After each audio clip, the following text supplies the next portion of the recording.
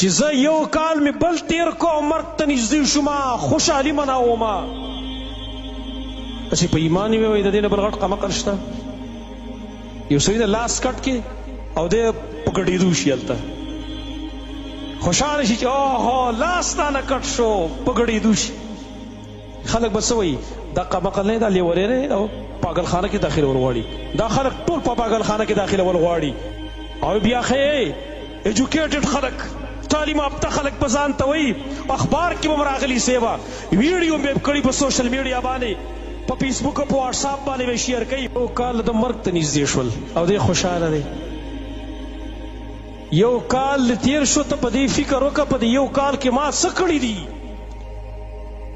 ما آخرت له څه وکړه ما ته خپل الله دا ویلي یا ایها الذین آمنوا اتقوا الله ولتنظر نفس ما قدمت لغد ای ایمان والو ویرېږئ د الله نه هر یو نفس فکر وکړي چې سبا له څه تیار کړي دي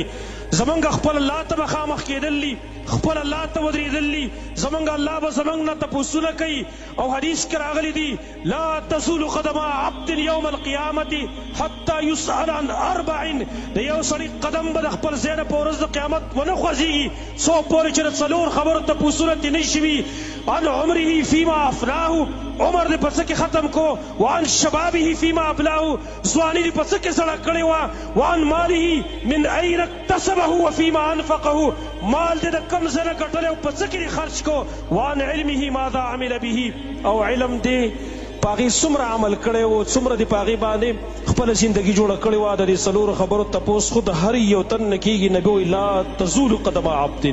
نکیره ویلې ده لا تزول قدم عبد یو بنده هم د خپل ځای نه ونه خوځېږي ځای په ځای باندې ولاړې وخشعت الاصوات للرحمن خاموشي د رحمان ذات د وجې نه څوک به کشار به د خپلو صرف اورېدلی کېږي نور به اوازونه بلکل خاموش د رحمان ذات د وجې نه